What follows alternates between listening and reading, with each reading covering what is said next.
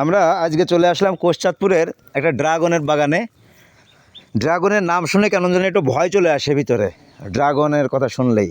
কিন্তু আসলে ড্রাগন চাষে স্বাবলম্বী হচ্ছে এই কোষচাঁদপুরের কৃষকেরা। আমরা আজকে এরকম একজন কৃষক ভাইয়ের সঙ্গে কথা বলবো। ভাই, আপনাদের এইদিকে কেমন চাষটা? আলহামদুলিল্লাহ, আমাদের এখানে এই ড্রাগন চাষটা প্রচুর পরিমাণেই ঘরে ঘরে দেখি এখন ড্রাগন চাষ হচ্ছে, এখানে ফলনটা মানে প্রতিটি সব ভালো। জায়গায়। সবচেয়ে ফলনটা আমারই কম, আমার তো আওতা জমি।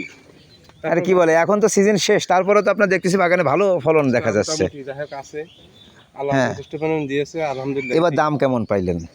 দাম বেটা আমি সর্বোচ্চ বেচেছি 110 টাকা, হাইস্ট বেচেছি 110 টাকা। 110 টাকা। চলেন আমরা একটু হাঁটতে হাঁটতে কথা বলি।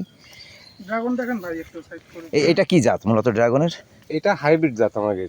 আচ্ছা, আপনারা ওই যে অনেক সময় শুনি যে এটা বড় করার জন্য বিভিন্ন প্রকার টনিক ব্যবহার করে থাকে, তো আপনারা এটা করেন কিনা?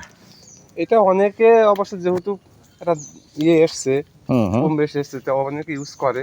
তবে আমি চেষ্টা করি না করার জন্যই। আমি একটু এটা করলে তো স্বাদ ভালো থাকে না, এটা তো মানে ওই যে দেখতে অনেক বড় সড়ো দেখা যায়, কিন্তু স্বাদ ভালো হয় না। এবং ওটা তো যারা, আমি একবার কিনছিলাম, একটাই প্রায় হাফ কেজির কাছাকাছি হয়েছিল, হ্যাঁ, নিজে বাসায় খাওয়ার জন্য।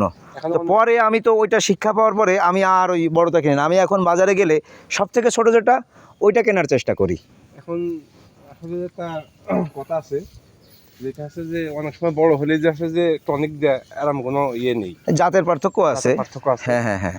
অনেক সময় হয়, অনেক সময় এখন তো সেগুলো না পাকলে আপনার কিন্তু বুঝতে পারছি না যেগুলো।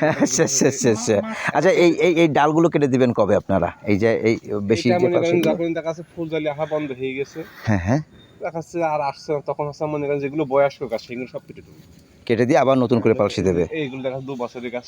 আপনার কত বছরের বাগান এটা? আমার এটা রানিং 2 বছর চলছে। রানিং 2 বছর, তার মানে এটা লাভজনক প্রজেক্ট আপনি বলতেছেন? ইনশাআল্লাহ আমার জন্য তো এই যে মনে হচ্ছে প্রজেক্টটা ভালো। তাই না?